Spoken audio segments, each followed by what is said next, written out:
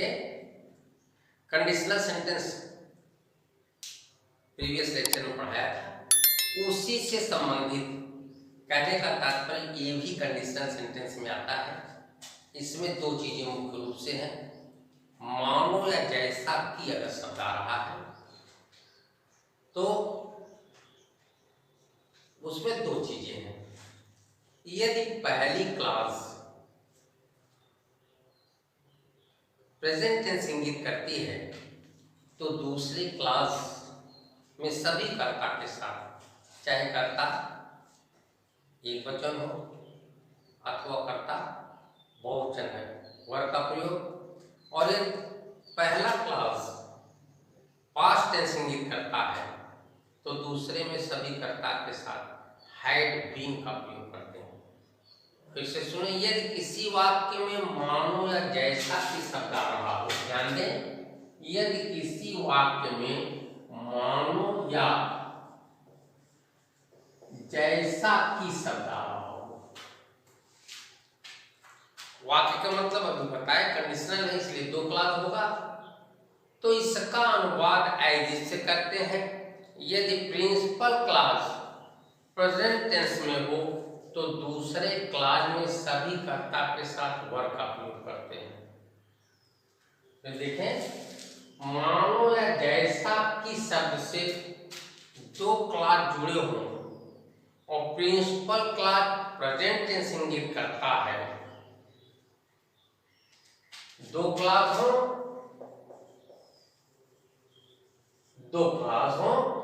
और मानो या जैसा कि शब्द से जुड़ा हो और उसमें जो प्रिंसिपल क्लास होता है, यदि ये प्रेजेंट टेंस इंगित कराएगा तो जो सबऑर्डिनेट क्लास होगा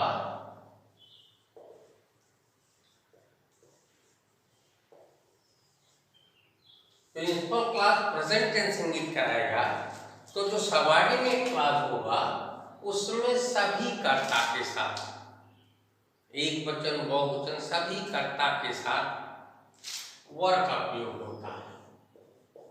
और दूसरी चीज समझ लें, मानो या जैसा कि शब्द से दो क्लास जुड़े हों और उसमें प्रिंसिपल क्लास यदि पास्ट टेंस इंगित करता है, माने पास्ट टेंस का हो हिंदी में, तो दूसरा क्लास जो सबऑर्डिनेट क्लास होता है, दूसरा सबऑर्डिनेट क्लास होता है, उसमें सभी कर्ता के साथ हैड बीन का प्रयोग करते हैं। आप समझे इसको, एक एग्जाम्पल से समझाते हैं। उसका भाई ऐसा लगता है मानो एक राजा हो, उसका भाई ऐसे लगता है मानो एक राजा हो। यहां देखें, मानो या जैसे कि वह एक राजा हो, जैसे कि भी हो सकता है या मानो भी हो सकता है। तो मानो या जैसे के लिए क्या लगाएंगे, एज इफ का प्रयोग। किसका प्रयोग करते हैं, एज इफ का प्रयोग करते हैं। मानो या जैसा कि अगर दो क्लास से जुड़ा हो तो एज इफ मानो के लिए लगाते हैं। अब ये प्रेजेंट टेंस इंगित कर रहा है, उसका भाई ऐसे लगता है मानो एक राजा हो और ये वह एक राजा हो, तो वह एक राजा हो तो कर्ता तो ही बन रहा है, लेकिन यहाँ भी वर्ग का प्रयोग होगा। कर्ता अगर बहुवचन भी बनता तब भी वर्ग का प्रयोग होता। तो उसका भाई ऐसे लगता है मानो एक राजा हो या जैसे कि वह एक राजा हो। His brother seems as if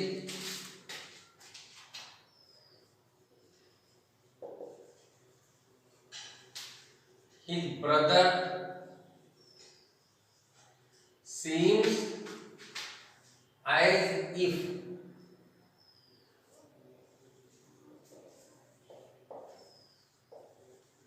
he were a king। He was a king. दूसरी चीज है, अगर ये पास्ट टेंस इंगित करेगा तो इसमें सभी कर्ता के साथ हैड बीन का प्रयोग होगा। उसकी बहन ऐसे लगती थी मानो इस राजकुमारी हो। उसकी बहन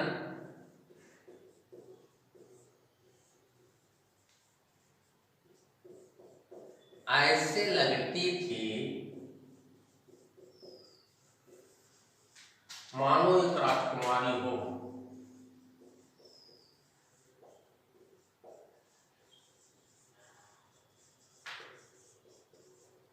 मानो एक राजकुमारी हो।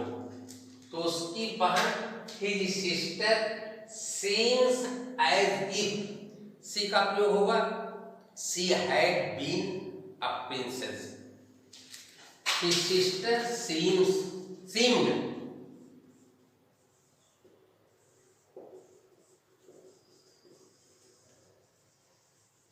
ये देखिए लगती थी, इसलिए सीम्ड का प्रयोग होगा।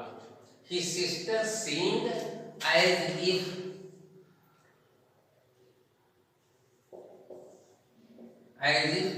she had been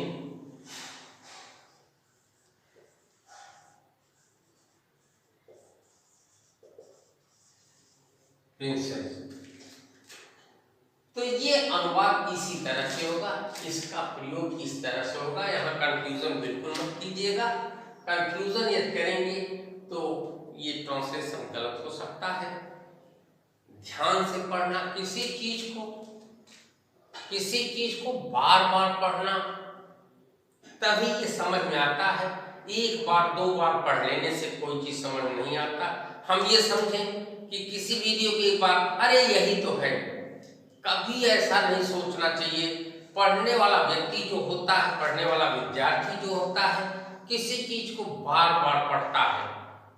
और ये वीडियोस जो ये लेक्चर्स आपको दिए जा रहे हैं फ्री ऑफ कॉस्ट है, किसी प्रकार कोई कीमत नहीं लगनी है।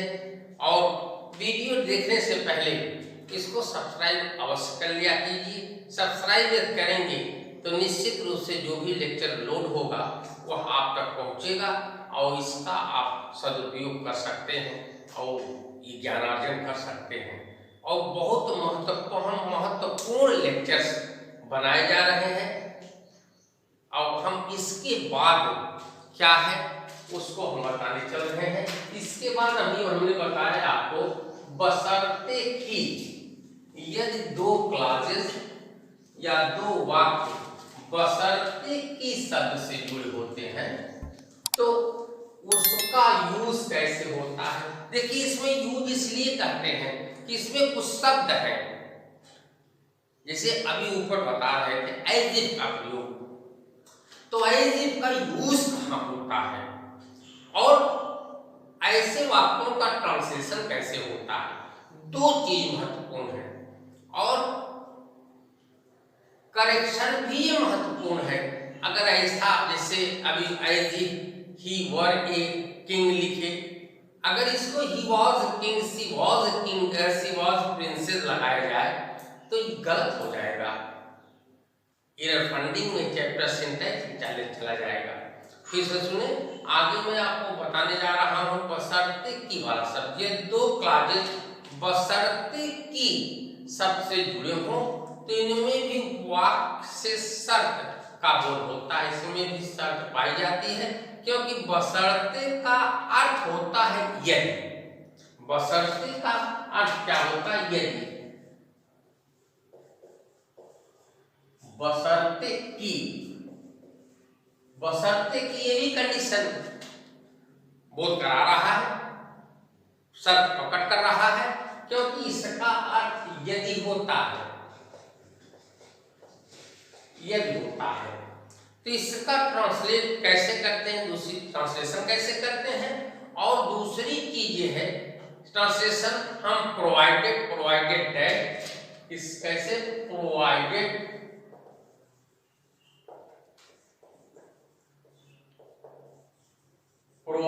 That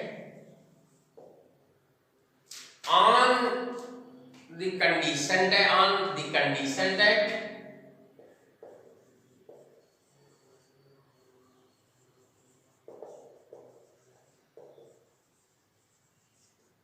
provided that, on the condition that, और अगला है so long as, so long as. तो अभी मैं बताऊंगा आपको कि कैसे समझेंगे, इसमें कौन सा शब्द ऐसा है जिसका प्रयोग किया जाए बहुत अच्छा बनेगा। तो इसमें आपको बता दें, कंफ्यूजन आपका दूर कर दें, जो डाउट्स आपके दिमाग में हो रहा है वो भी दूर हो जाए। इसमें से कोई भी शब्द, चारों में से कोई भी शब्द आप लेंगे तो बशर्ते की का अर्थ निकालेगा। फॉर एग्जाम्पल उदाहरण से और अच्छा समझाते हैं, वह प्रथम श्रेणी प्राप्त कर सकता है बशर्ते कि वह दिन रात परिश्रम करे। वह प्रथम श्रेणी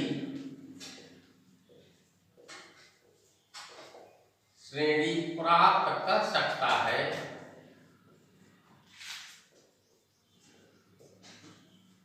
बशर्ते कि वह दिन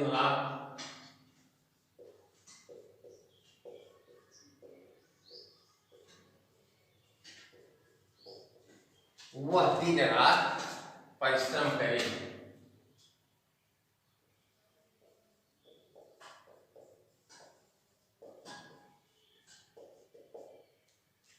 देखिए, वो प्रथम श्रेणी प्राप्त कर सकता है बशर्ते कि दिन रात परिश्रम करे। अब देखिए, बशर्ते की के स्थान पर हम यदि लिख सकते हैं। वो प्रथम श्रेणी प्राप्त कर सकता है यदि वह दिन रात परिश्रम करे। लेकिन बशर्ते की एक महत्वपूर्ण शब्द है, इसलिए इसका ट्रांसलेशन कैसे करते हैं या इन शब्दों का प्रयोग, how to use these words in translation, या इसका प्रयोग क्या है ये जानना आवश्यक है। He can get first class provided चाहे लिखें, चाहे प्रोवाइडेड दैट लिखें, चाहे on the condition so long as, कुछ भी लिख सकते हैं। तो he can get first class provided that he works hard day and night. फिर से सुने, he can get first class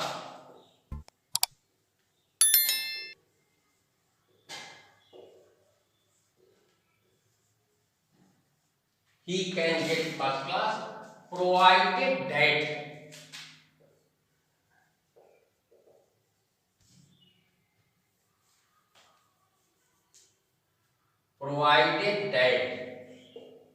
हो गया वह दिन रात परिश्रम करे। दिन रात परिश्रम, he works hard day and night।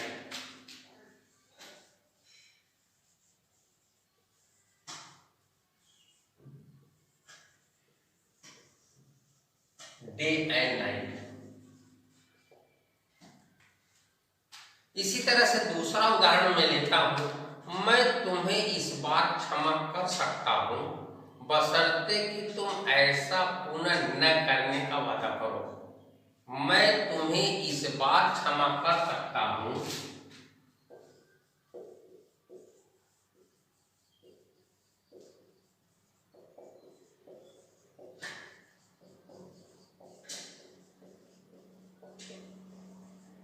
मैं तुम्हें इस बार क्षमा कर सकता हूं बशर्ते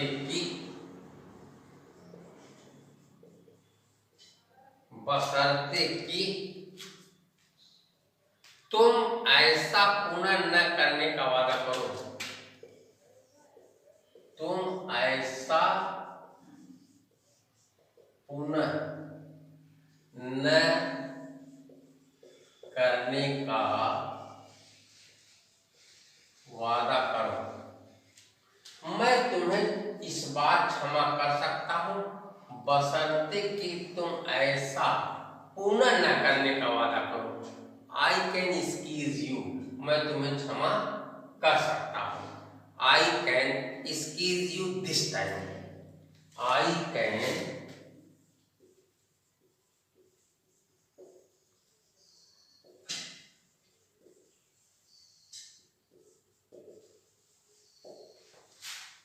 मैं तुम्हें इस बार क्षमा कर सकता हूं बशर्ते कि तुम ऐसा पुनः न करने का वादा करो। It means on the condition that you promise not to do again. बशर्ते मीन्स प्रोवाइडेड दैट या ऑन द कंडीशन दैट हम लिख देते हैं, on the condition that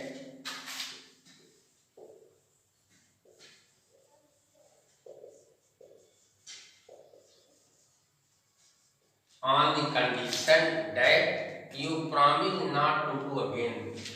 You promise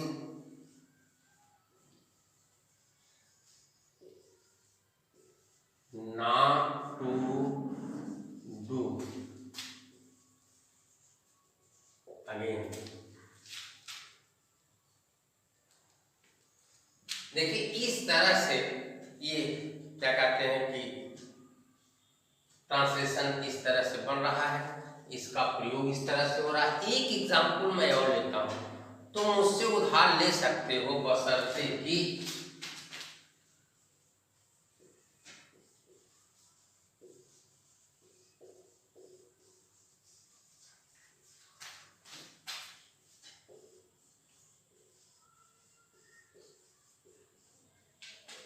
तुम मुझसे उधार ले सकते हो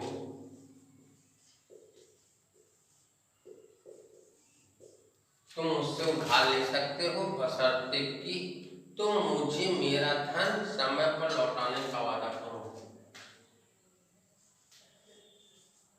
तुम मेरा धन समय पर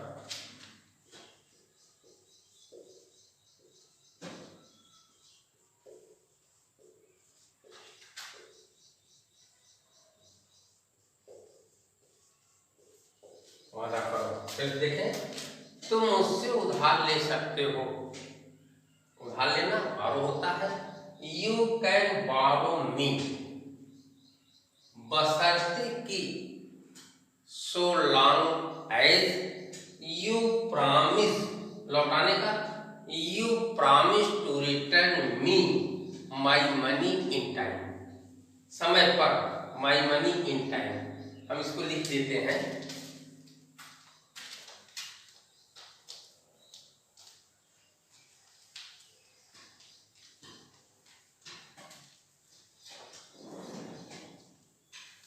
देखें तुम मुझसे उधार ले सकते हो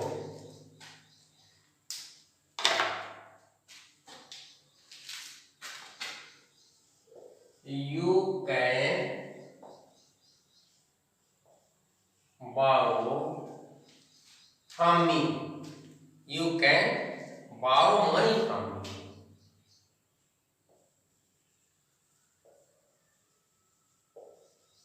from me, so long as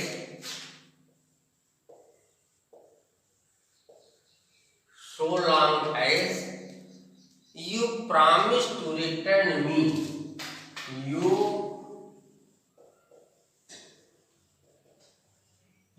promise तुम वादा करो, you promise to return me मुझे वापस करने का क्या, my money in time।